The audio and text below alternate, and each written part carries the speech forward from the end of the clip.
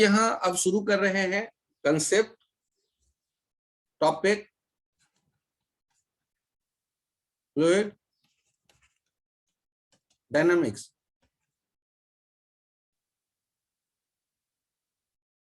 Fluid dynamics में जब भी कोई टॉपिक खत्म होने लगता है तो फिर याद आते हैं भगवान जी, फिर पहुंच गए बजरंगबली के पास, लगा ली एक अगरबत्ती, आंखें बंद किया और उसके बाद जो है आंखें बंद करके भगवान जी को कहने लगे, भगवान जी ज्यादा नहीं, 100 में मुझे बस 99 दिलवा देना, उससे ज्यादा तो मुझे नहीं चाहिए। 100 के 100 भी आप दे दोगे तो चलो मैं रख लूंगा नंबर, और बस आप आगे संभाल लेना, मैंने तो बहुत मेहनत कर ली और बाकी अब आपकी मेहनत है। और जैसे ही थोड़ा आंखें खोल के फिजिक्स देखोगे तो धुएं के मॉलिक्यूल ऐसे अच्छे बच्चे की तरह लाइन लगा के चलते देख रहे होते हैं। तो जहां तक ये लाइन लगा के चल रहे हैं उसको कहते हैं स्ट्रीम लाइन फ्लो। और जिसके बाद ये जो धुएं के मॉलिक्यूल स्वतंत्रता दिवस मनाने लगते हैं, इसे कहते हैं टर्बुलेंट फ्लो। और जो भी लॉ आप पर अप्लाई करेंगे फ्लूइड डायनामिक्स के लॉ, वो स्ट्रीमलाइन फ्लो में एप्लीकेबल है। लॉ एप्लीकेबल वो केवल स्ट्रीमलाइन। टर्बुलेंट मतलब वो पागलों की तरह कोई मॉलिक्यूल किधर जा रहा है तो उसमें कोई रूल नहीं होता। और स्ट्रीमलाइन अच्छे बच्चे की तरह लाइन लगा के चल रहे हैं, लॉ फॉलो करने वाले अच्छे बच्चे। और लॉ के नाम पे एक है इक्वेशन ऑफ कॉन्टिन्यूटी। ये कहता है A1V1 equals to A2V2।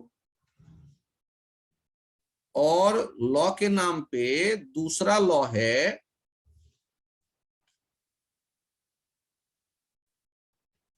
Bernoulli's equation. ये कहता है कि दो अलग अलग जो पॉइंट पे लिक्विड के फ्लो में आप डाटा चुनते हो, प्रेशर, वेलोसिटी, उनमें ये रिलेशन होता है। P1 और अलग अलग हाइट, अलग अलग पॉइंट पे P1 plus rho g H1 plus half rho V1 square equals to P2 plus rho ji H2 plus half rho V2 square.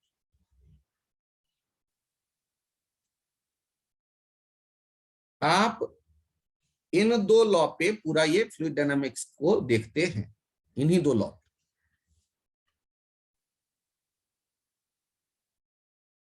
तो ध्यान रखिएगा ये लॉ एप्लीकेबल किसमें है? स्ट्रीमलाइन फ्लो में। स्ट्रीमलाइन फ्लो क्या होता है? स्ट्रीमलाइन फ्लो में कोई पॉइंट आप चुन लें तो वहां पर आने वाला मॉलिक्यूल वहां से आगे जिस डायरेक्शन में जाएगा, वहां पर पहुंचने वाला दूसरा मॉलिक्यूल भी आगे उसी के पीछे जाएगा।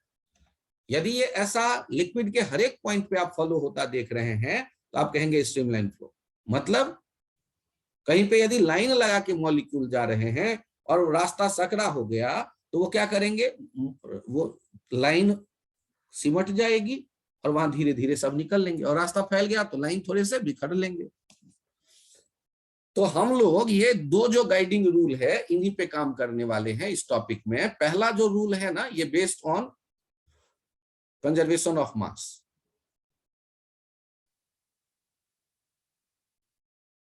Based on conservation of mass. Conservation of mass.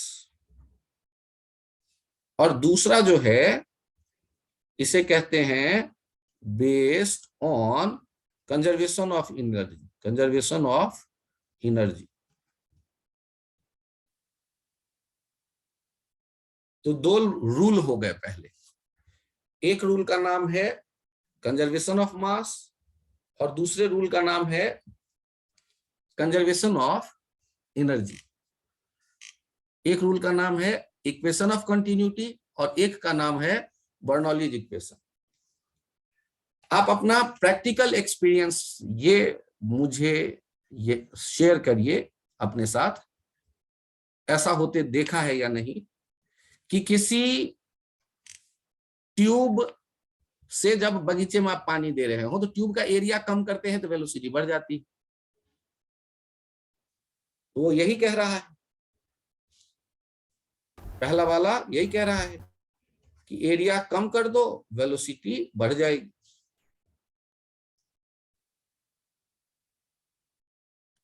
और ये जो दूसरा लॉ कह रहे हैं इसमें एक कंडीशन अप्लाई कर दो, if H1 equals to H2 then H1 और H2 यदि सेम हो,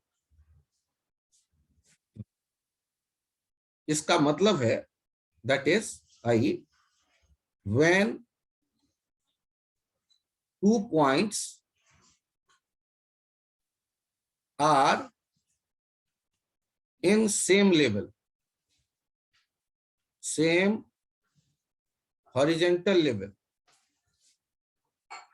तो आप क्या कह देंगे? तो यहां यदि 2 पॉइंट सेम हॉरिजॉन्टल लेवल में ले लेते हैं तो रोजी H1 हटा लो, P1 plus half rho V1 square ये किसके बराबर हो जाएगा? P2 plus half rho V2 square, या ये लिख देंगे P plus half rho V square equals to constant.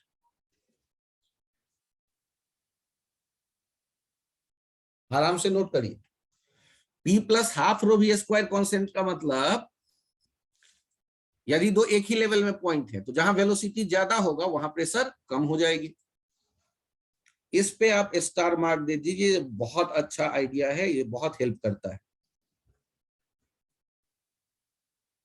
और ये इक्वेशन ऑफ कंटिन्यूटी क्या कहता है? इक्वेशन ऑफ कंटिन्यूटी कहता है A into v equals to constant. और इसका मतलब क्या होता है कि यदि A और V में एरिया कम तो वॉल्यूम ज्यादा, वेलोसिटी ज्यादा, वेलोसिटी कम तो एरिया ज्यादा।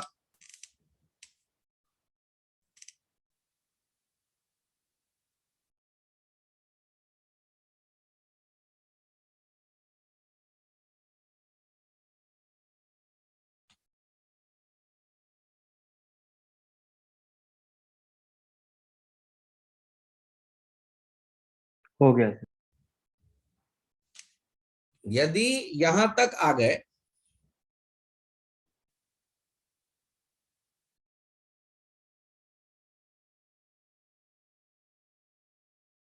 तो ध्यान से देखिएगा, ये एक टर्म आता है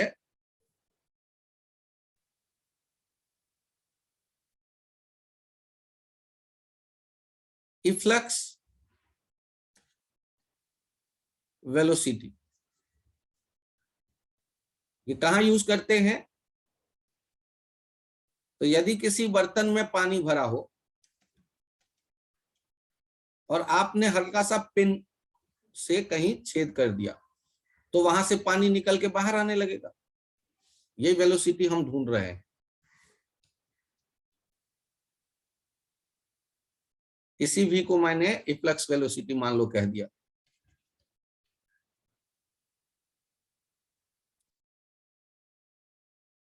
आप गौर करिए कि यदि ये बर्तन से पानी निकल करके जमीन पे गिरेगा और आपको इस वेलोसिटी का चाहिए वैल्यू, कैसे पता चलेगा? तो मैं बर्नौली थ्योरम अप्लाई करने की सोच रहा हूं। 1 और 2 दो पॉइंट मैंने मान लिया bye Bernoulli's theorem. 1 and 2 are in same level,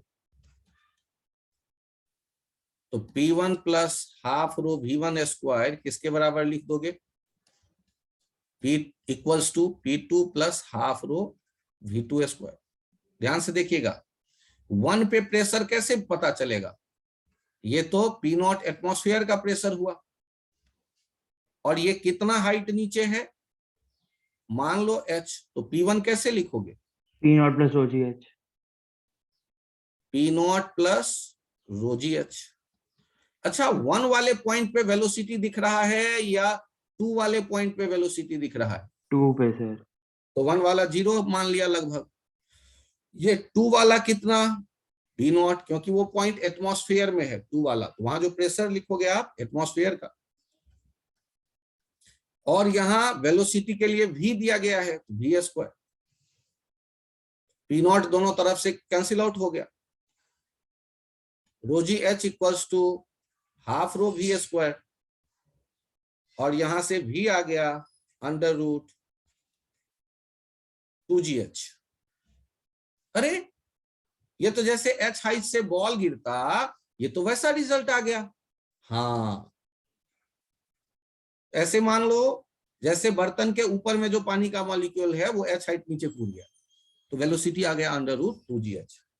तो जैसे जैसे हाइट कम होती जाएगी वेलोसिटी बढ़ता जाएगा। यही है इफ्लक्स वेलोसिटी। Efflux velocity.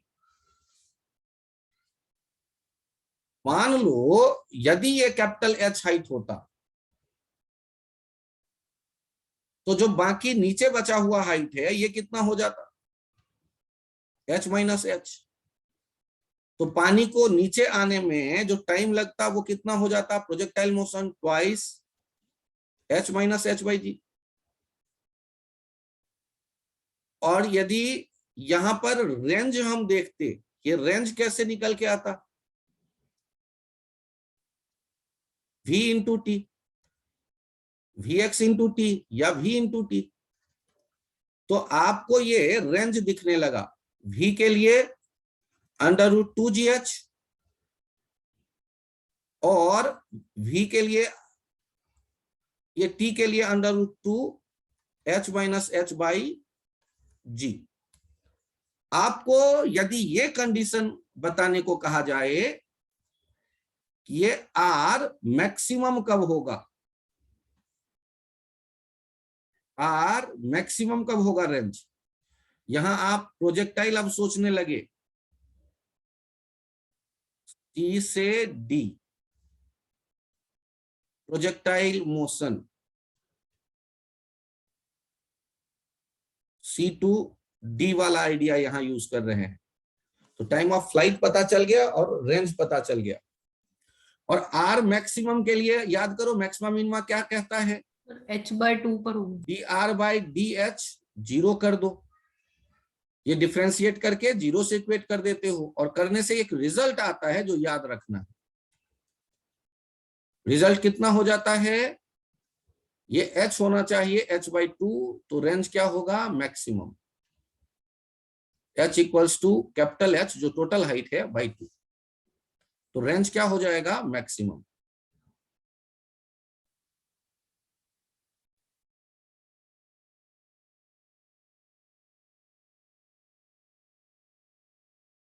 यदि आप बर्तन में बहुत ऊपर छेद करेंगे तो स्पीड कम होगा, बहुत नजदीक गिरेगा पानी।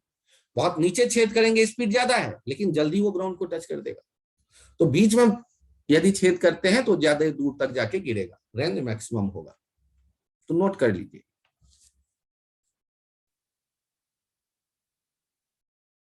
प्रोजेक्टाइल यदि, हाँ फिर से बोलो।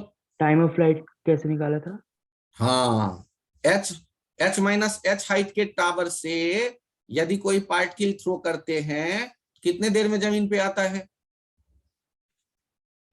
h माइनस एच हाइट के टावर से किसी पार्टिकल को v स्पीड से थ्रो कर देते हैं तो कितने देर में वो जमीन पे आता है? अरे कभी ना कभी तो आएगा भाई। तो सर मुझे क्या पता? रहस्य है भाई, रहस्य। पहले क्या करते हैं, एक एक्स एक्सिस चुनते हैं, फिर क्या करते हैं, एक वाई एक्सिस चुनते हैं, और फिर हम लिखते हैं s y equals to u y t plus half a y t square. यहां पर y के डायरेक्शन में एक्सलेशन पता है, y के डायरेक्शन में इनिशियल वेलोसिटी है ही नहीं, y के डायरेक्शन में एक्सलेशन है g, और y के डायरेक्शन में डिस्प्लेसमेंट हो जाएगा h माइनस एच। तो अब बताओ तो टाइम ऑफ फ्लाइट कितना आ गया? सर कुछ ट्वाइस भी ऑफ बोल एच दो, माइनस एच जो बाय जो मर्जी वो बोल दो, मैं मान लूंगा। ये याद आया या नहीं याद आया? यस सर आ गया। ये प्रोजेक्टाइल मोशन यहाँ रिकॉल करो। और रेंज कैसे निकालते थे? Range S x you x T, आगे तो कोई एक्स है ही नहीं, तो रेंज आर किसके बराबर हो गया? We into t. वी आपके पास क्या था? अंडर रूट 2gh, और टी क्या था? Under root twice h minus h by जी।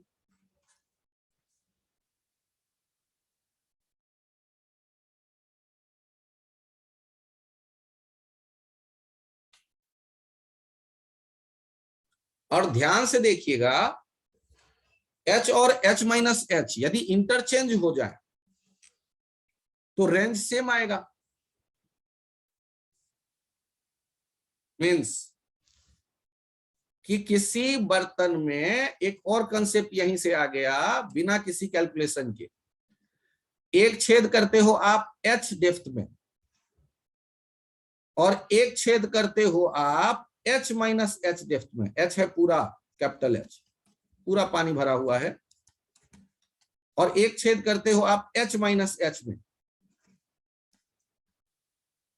तो दोनों से जो रेंज आने वाला है, वो दोनों से जो रेंज आएगा वो सेम आएगा। ये डायग्राम बना करके देख लो, क्योंकि ये रेंज का फॉर्मूला क्या आया था? v into t, under root, एक तो था 2gh और एक तो था 2h माइनस h बाई जी। तो इनमें किसी को भी इंटरचेंज कर लो, कोई फर्क नहीं पड़ता, एक को h कह दो, दूसरे को h माइनस h कह दो, तो ये रेंज सेम आता है। Range will be maximum. Range maximum कब होगा? जब h बाई 2 हो। Will be maximum when h equals to h by 2।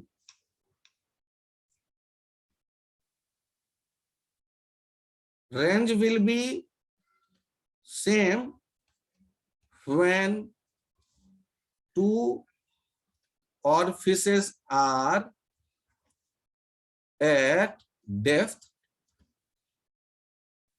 h and h minus h। ये कंसेप्ट ध्यान रखिएगा कि यदि आपको मैक्सिमम रेंज चाहिए, आर मैक्सिमम के लिए कहां पर ऑरिफिस होना चाहिए? h बाई 2 पे।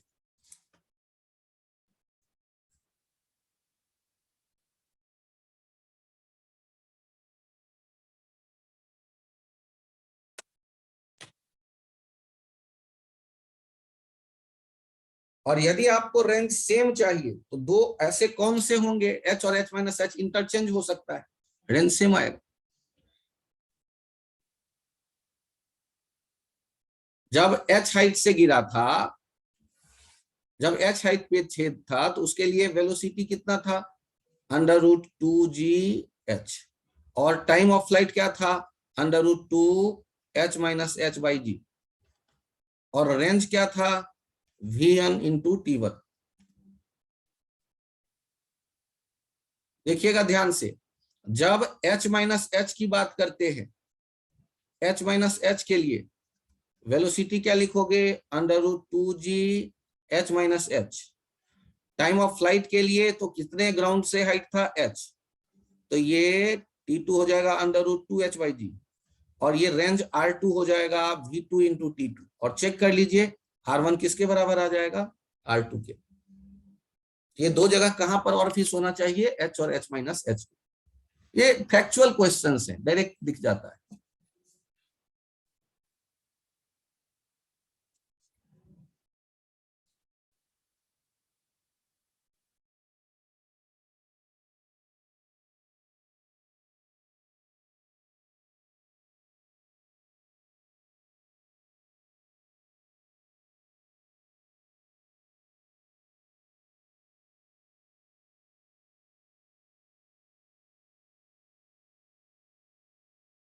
क्या मैं चेंज करूं पेज?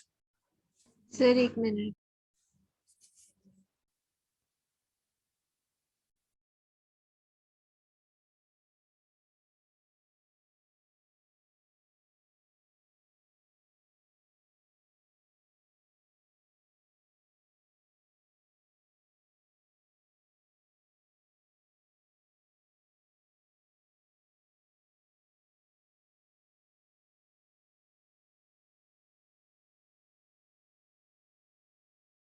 हो गया सर। यहां तक यदि आप आ गए तो एक इंटरेस्टिंग क्वेश्चन बनता है। एक बर्तन होता है जिसको एक स्टैंड पे आप रख देते हैं और फिर ग्राउंड पे गिरने वाले पानी के बारे में सोच रहे हैं। ध्यान से देखिएगा,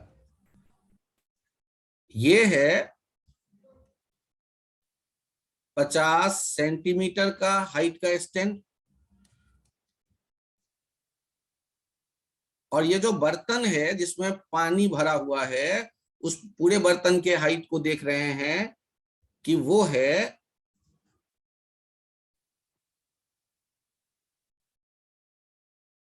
150 सेंटीमीटर हाइट।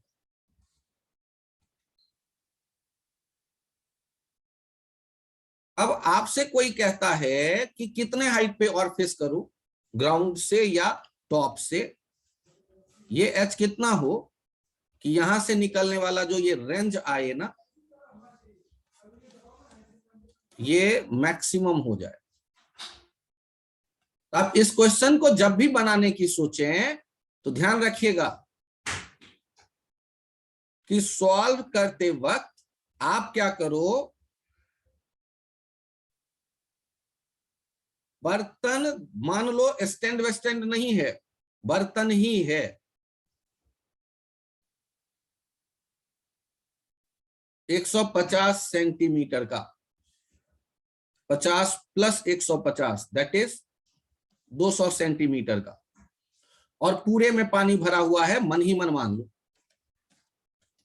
तो कहां पर होल करते कि रेंज मैक्सिमम आता? 100 सेंटीमीटर पे सर। 100 सेंटीमीटर। तो आपको पता है कि ये एच हो जाना चाहिए था, एच टोटल जो दिख रहा है बाई 200/2 दैट इज 100 सेंटीमीटर।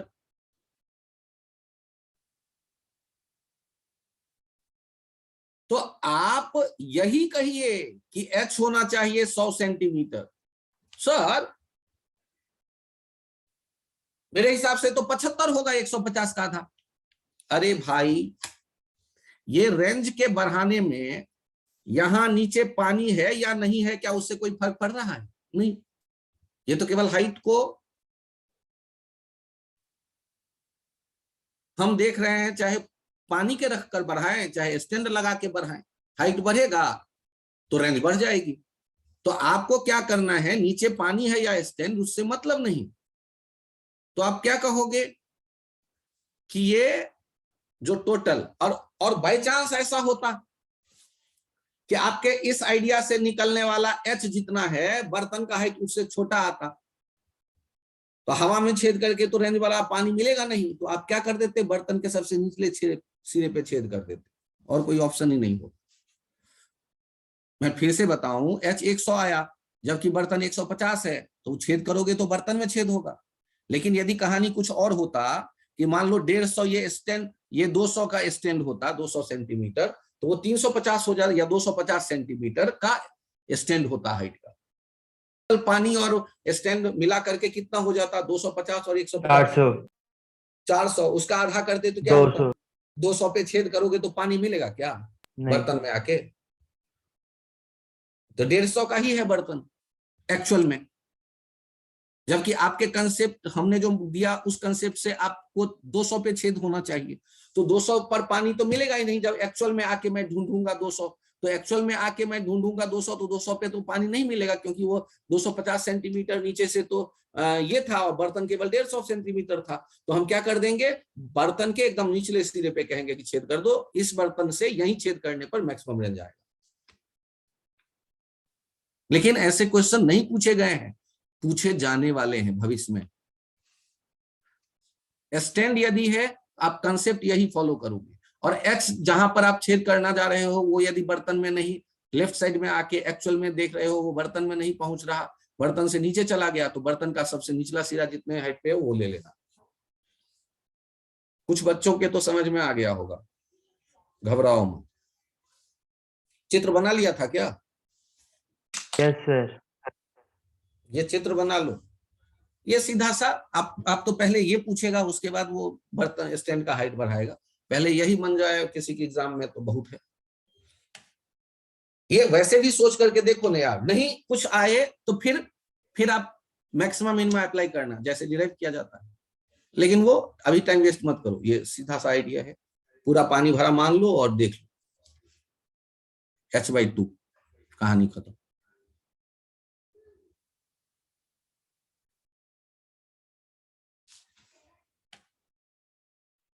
यहां देखिए, आपको लग रहा है ये बर्तन जो है ना थोड़ा सा कम एरिया वाला है। ये मैंने मान लिया है एरिया A1। पानी ऐसे देखो भरा हुआ, और यहां पर जो छेद किया है इसका एरिया A2। तो अब आपको थोड़ा संभल जाओ। IIT ने ऐसा भी किया, जब एरिया दे दिया तब जो अप्लाई करेंगे इफ्लक्स वेलोसिटी के लिए law, Bernoulli's law,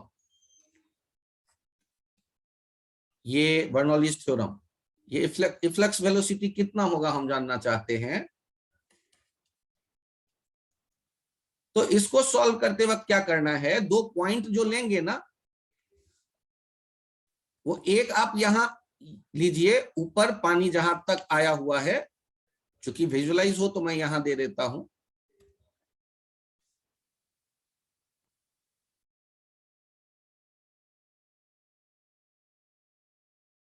point 1, point 2, ये height h। Using Bernoulli's equation. Bernoulli's equation क्या कहता है, ध्यान दीजिएगा।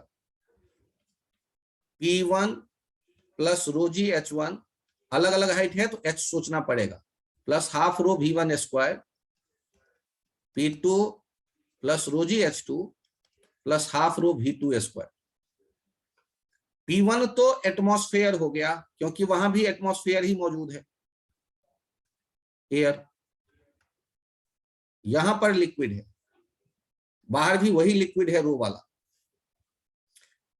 हाइट इसका हमने माना h, ग्राउंड यदि 2 को 0 मान ले तो, और half rho V1 square. P2 को भी मैंने P0 माना क्योंकि वो एटमॉस्फेयर में आ गया, और इसका हाइट मैंने 0 मान लिया। दो में से किसी एक को रिफरेंस तो ले ही सकते हैं। तो H2 को यदि मतलब नीचे वाला जो है उसको यदि रिफरेंस ले लिया 0, तो 1 वाले का हो गया H1, मतलब H simply half rho V2 square. अब देखो ये P0 कैंसिल आउट हो गया, rho G H plus half rho V1 square equals to half rho V2 square. Rho भी भगा दो,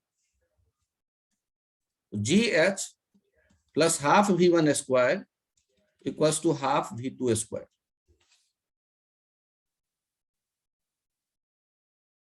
ये आ गया ऐसे केस में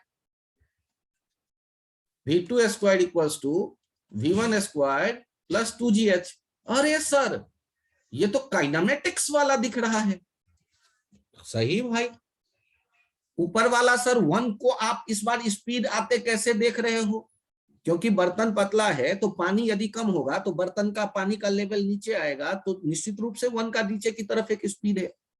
1 जो है धीरे धीरे नीचे शिफ्ट हो रहा है लेवल, तो इसीलिए यहाँ V1 को हमने नेग्लेक्ट नहीं किया, V1 को फील किया। जब एरिया दे तो उसे फील करो, और ये काइनेमेटिक्स से डायरेक्ट रिलेशन दिख रहा है।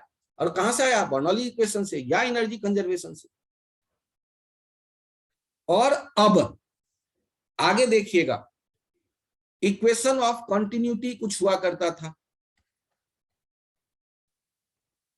Equation of continuity.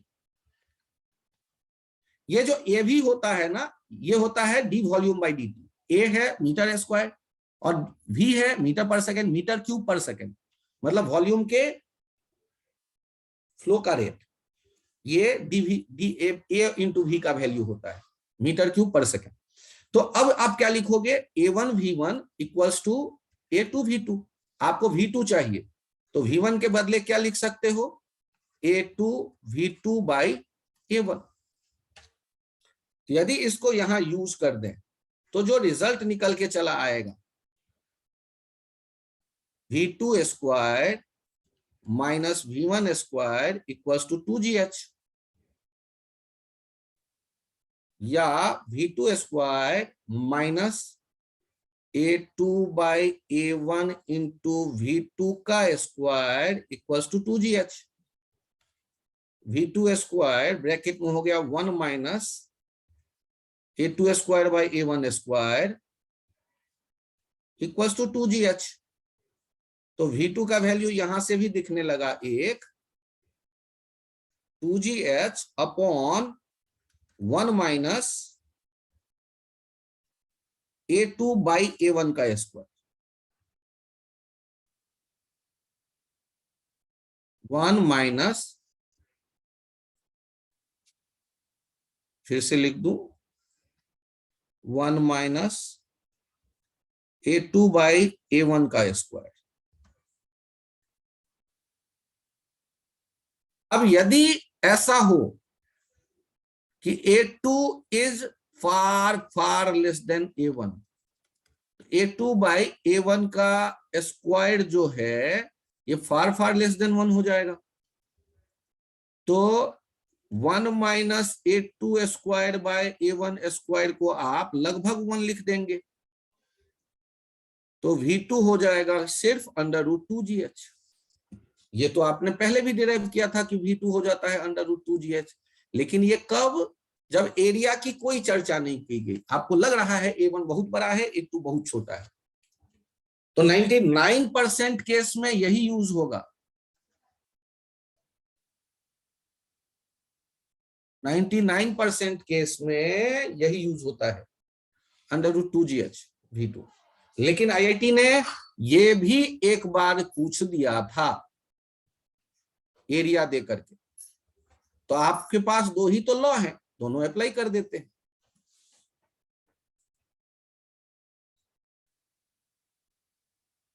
आपको ये याद रखना है फॉर्मूला, जो दो अलग अलग हाइट हो तो H भी आएगा, और एक ही हाइट में 2 पॉइंट ले लेंगे तो फिर H नहीं आएगा। Basic idea.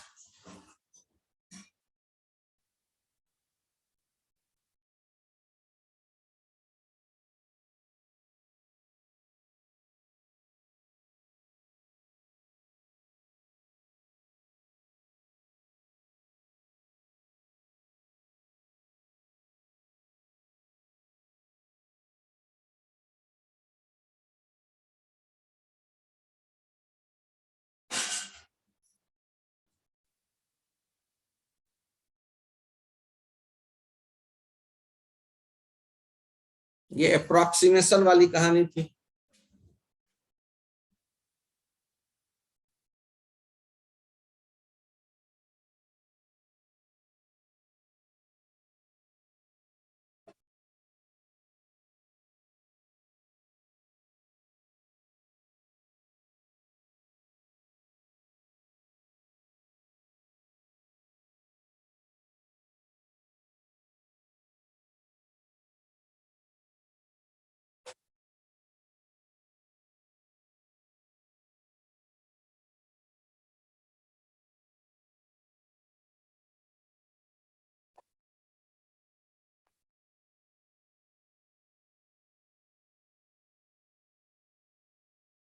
क्या मैं पेज चेंज करूं?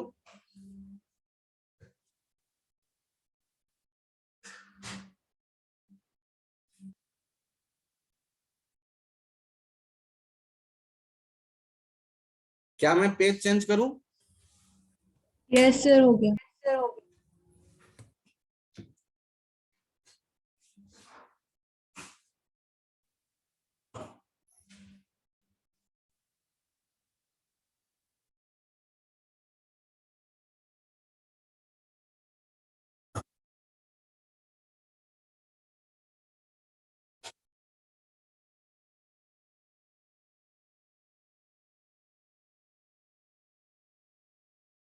ये आप बर्तन में देख रहे हैं क्या? कहानी में थोड़ा सा ट्विस्ट।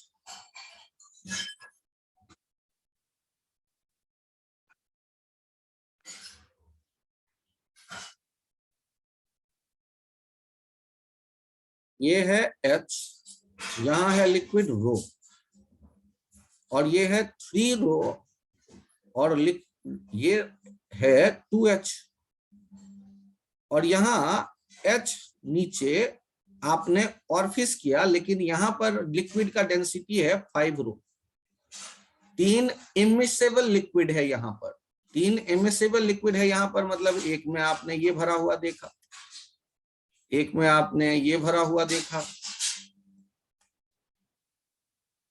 और एक में आपने ये लिक्विड भरा हुआ देखा। ये अलग अलग डेंसिटी वाले, तो जिनकी डेंसिटी जाता है वो नीचे रहेंगे। और ये इमिसेबल 3 इमिसेबल लिक्विड,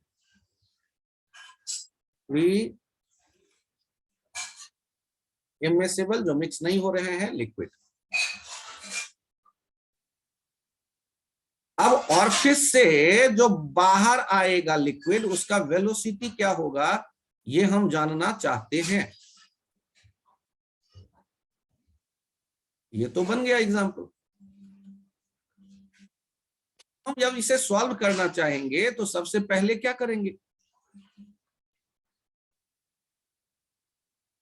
2 पॉइंट चुन लेंगे, एक यहां 1 और एक यहां 2। सर इस बार एक ही लेवल में आपने क्यों ले लिया? भाई एरिया के बारे में कुछ नहीं कहा गया, तो मैं मान के चलता हूं बर्तन का एरिया बहुत बड़ा है, और ऑर्फिस जो यहाँ है छेद, उसका एरिया बहुत छोटा, तो एरिया का कोई लफड़ा नहीं पालना अपन को। तो हम क्या लिखेंगे, यूजिंग बर्नौलीज थ्योरम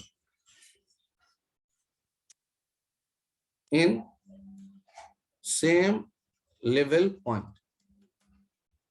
तो क्या लिखते थे, P1 प्लस H वाला टर्म हटा देते थे, rho half rho V1 square equals to P2 plus half rho V2 square. अब अच्छे बच्चे की तरह आप लोग हमें बताना शुरू करिए कि 1 पर प्रेशर कैसे लिखोगे। P0 प्लस रो GH प्लस 3 रो GH 2H प्लस 5 रो GH। यदि ये समझ में आया हो तो उछल पड़ो।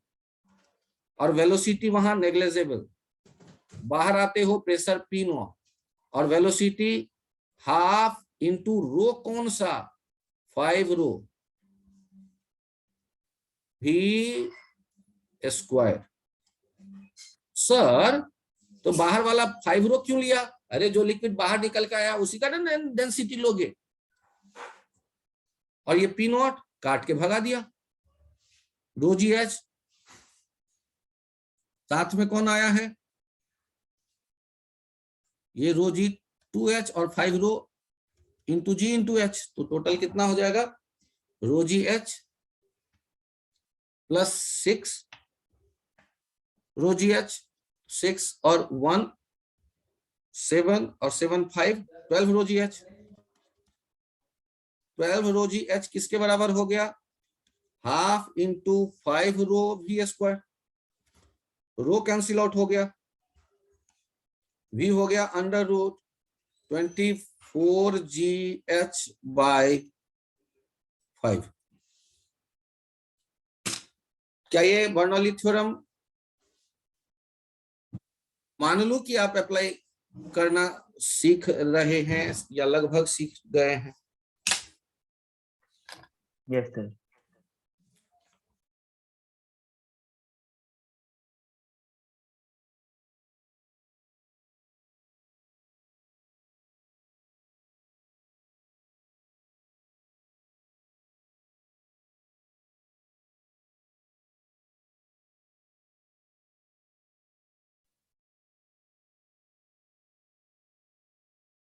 क्या इस तरह के और इलस्ट्रेशन किया जाए या थोड़ा एक कंफर्ट बन रहा है?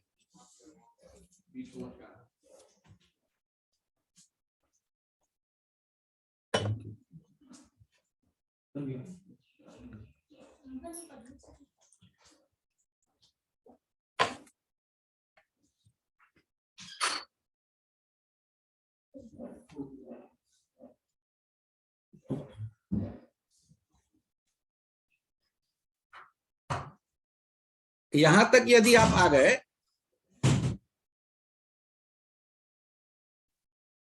तो देखिए, एक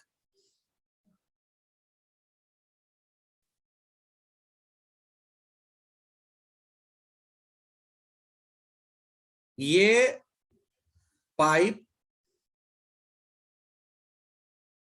और यहां पर ये pipe,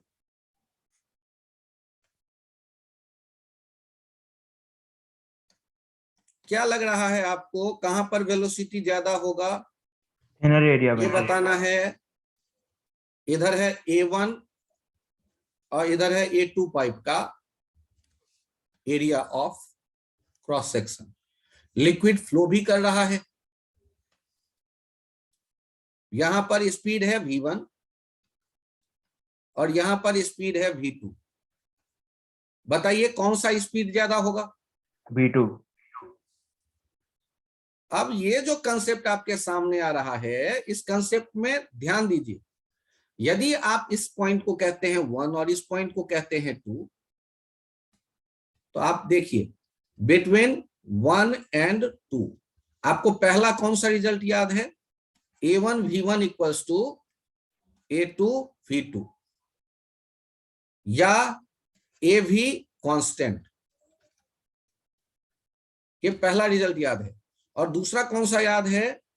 P1 plus half rho V1 square equals to P2 plus half rho V2 square, जिसे आप क्या लिख सकते हैं? P plus half rho V square equals to constant. ये दूसरा रिजल्ट याद है। तो अब इन दो रिजल्ट से क्या निष्कर्ष निकालते हैं, ध्यान से देखिए कि सिंस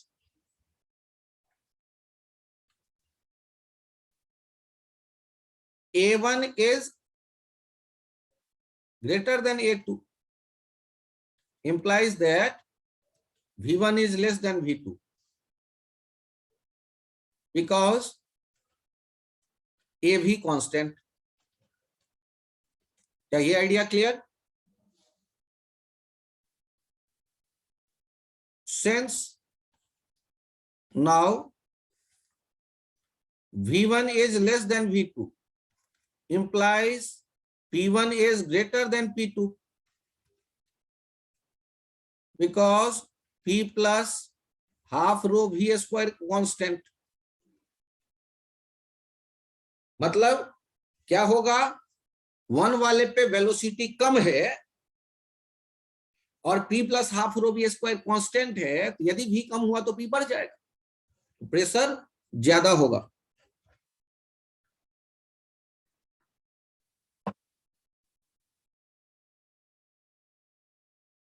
ये एनालिसिस करना आपको सीखना है किसी तरह से कि AV कांस्टेंट का क्या मतलब होगा कि यदि एरिया इंक्रीज होगा तो V डिक्रीज होगा, और यदि P half rho V square constant का क्या मतलब होगा? यदि V डिक्रीज होगा तो, यदि V इंक्रीज होगा तो P डिक्रीज होगा। ये तब जब when 2 points are in same level, when 2 points are in same level, क्योंकि H नहीं रहेगा फिर इक्वेशन में, बर्नौलीज इक्वेशन में, are in same horizontal level।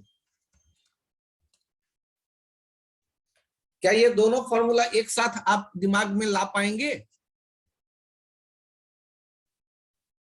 Yes sir.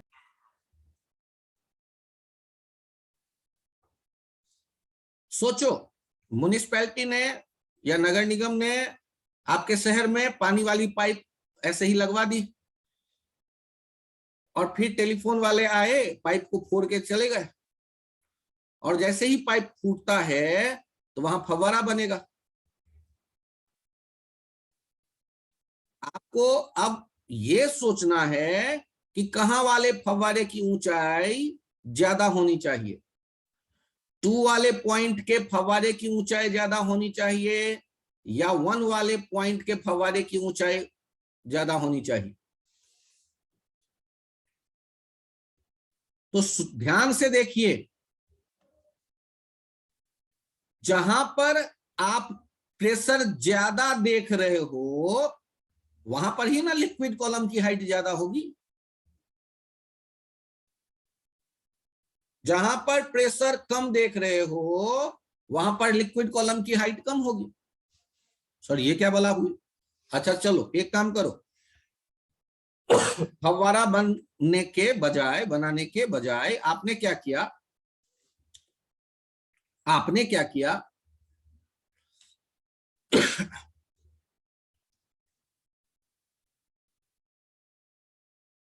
ये एक ट्यूब इंसर्ट कर दिया।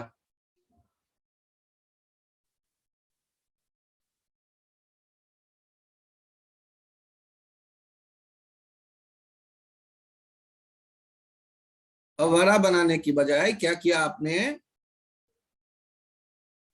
एक ट्यूब दोनों जगह इंसर्ट कर दिया।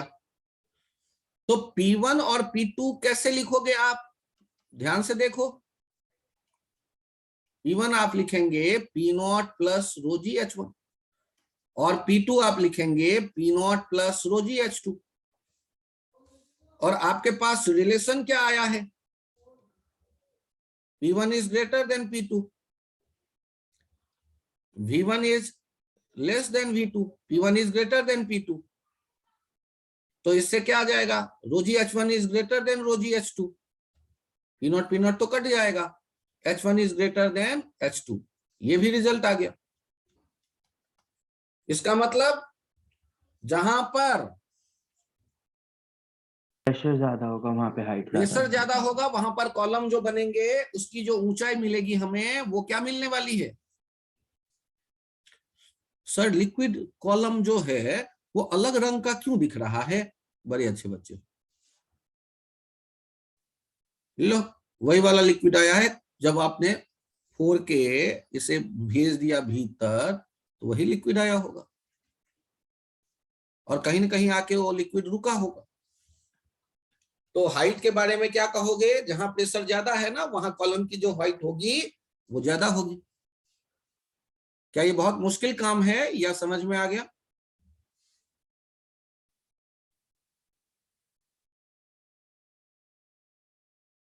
अरे बहुत टफ है क्या?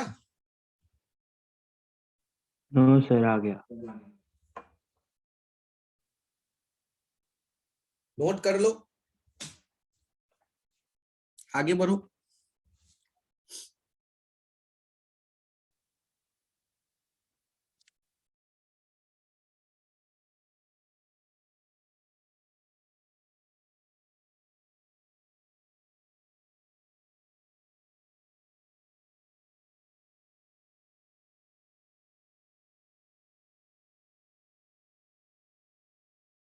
क्या पेज चेंज करूं? Yes sir.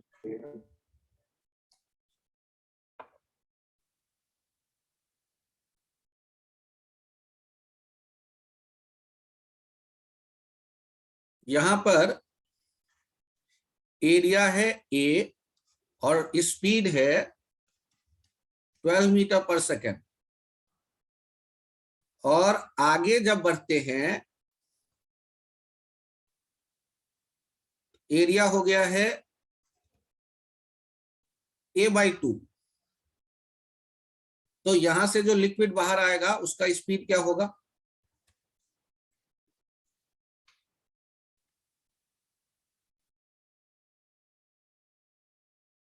तो सॉल्व करते वक्त हम क्या यूज कर लेंगे? A1V1 equals to A2V2, A into 12 बराबर V into A/2, V equals to 24 metre पर सेकेंड।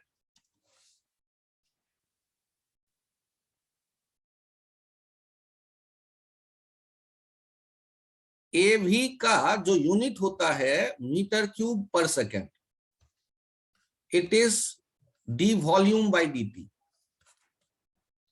और इसको यदि मैं डेंसिटी से मल्टीप्लाई कर दूं AV इंटू रो, तो डी वॉल्यूम बाई dt के बदले बाई dt इंटू आ गया रो डेंसिटी, तो ये हो जाएगा dm बाई dt। तो होता क्या है कि किसी ट्यूब में यहां पर यूनिट टाइम यदि 6 kg पर सेकेंड वाटर इंटर करेगा और स्ट्रीमलाइन फ्लो है, मतलब पानी के बैठने की कहीं व्यवस्था नहीं है, कुर्सी टेबल नहीं लगाएगा कि बैठो और इसमें शतरंज खेलो, तो पानी जो इंटर करेगी वो बाहर निकलेगी स्ट्रीमलाइन फ्लो में। तो यहां पर जो बाहर आएगा वो भी क्या होगा 6 kg पर सेकेंड। इसे ही कहते हैं कंजर्वेशन ऑफ मास। कहीं रुका नहीं तो इसका मतलब है जितना इंटर किया उतना बाहर निकला। तो A1V1 इंटू रो ये किसके बराबर हो जाएगा A2V2 इंटू रो, रो कैंसिल आउट हो जाता है। A1V1 किसके बराबर देखते हैं आप A2V2 के, और यही है इक्वेशन ऑफ कंटिन्यूटी। तो इक्वेशन ऑफ कंटिन्यूटी का जो मीनिंग है कि किसी पाइप में स्ट्रीमलाइन फ्लो में जितना इंटर करेगा उतना ही बाहर निकलेगा, बैठने की व्यवस्था नहीं है पानी की, कहीं सिंक विंक नहीं है जमा हो गया। यदि वो कंटिन्यूअस फ्लो है तभी वो स्ट्रीम है, तभी वो रूल फॉलो करेगा।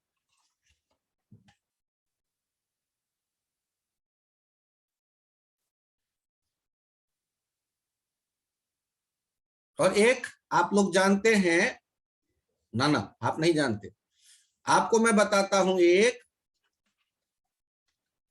जंक्शन रूल, बड़ा प्यारा रूल है। D volume by dt in equals to d volume by dt out. किसी जंक्शन पे जितना आता है लिक्विड उतना ही जाता है लिक्विड। सर कहीं जंक्शन बना के दिखाओ फिर मैं मानू।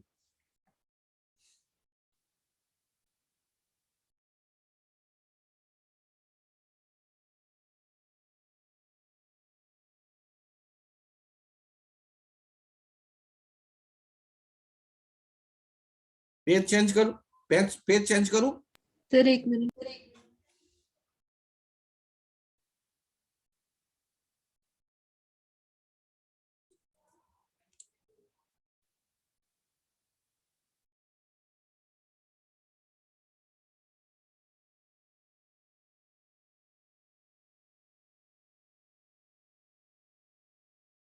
हो गया सर। यहां देखिए एक तरफ से पानी को आते देख रहे हैं और उसको दो रास्तों पे बढ़ते देख रहे हैं। यहां से आ रहा है 6 लीटर पर सेकेंड, यहां से जा रहा है 2 लीटर पर सेकेंड। तो यहां से d v by D t कितना होगा, d volume by D t 4 litre पर सेकेंड। परफेक्ट। तो ये हो गया जंक्शन।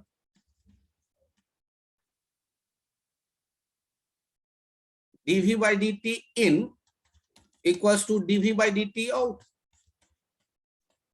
तो सॉल्व करते वक्त जैसे ही आप बढ़ेंगे जंक्शन सोच करके, तो इन वाला है 6, आउट वाला है 2 plus D volume by D T. तो यहां से सॉल्व करते ही क्या आ गया, D volume by D T आ गया 4 लीटर पर सेकेंड। इस तरह के फ्री के नंबर वाले क्वेश्चन बन जाएंगे।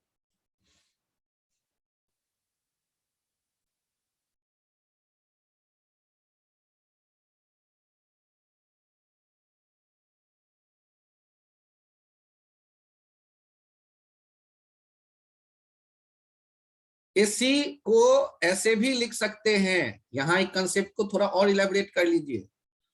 यदि यहां होता V1 और एरिया होता A1, यहां होता V2 और एरिया होता A2, यहां होता V3 और एरिया होता A3, तो आप क्या लिख सकते थे? A1 V1 equals to A2 V2 plus A3 V3, ऐसे भी लिख सकते थे बाय जंक्शन रूल। ठीक है, वो A3B3 होगा ना? फिर से बोलो। हाँ, A3 V3, थैंक यू। आप लोग जो टेस्ट अभी देंगे 20 तारीख को, इस on string, sound wave, Doppler's effect, fluid dynamics, अभी तक जो पढ़ लिया है, फ्लूइड स्टैटिक्स जो पढ़ लिया है, इन्हीं सबसे सारा पेपर बनाया गया है। ठीक है, तो बड़ा रिलैक्स रहिए, इनकी प्रैक्टिस करिए। और कल का शेड्यूल आपको पता ही है, फिर उस टाइम पे हम लोग आपके ग्रुप पे अवेलेबल ही है, फिर मिलते हैं। ये कहानी कंटिन्यूड। अभी के लिए इतना ही। Thank you. Thank you sir.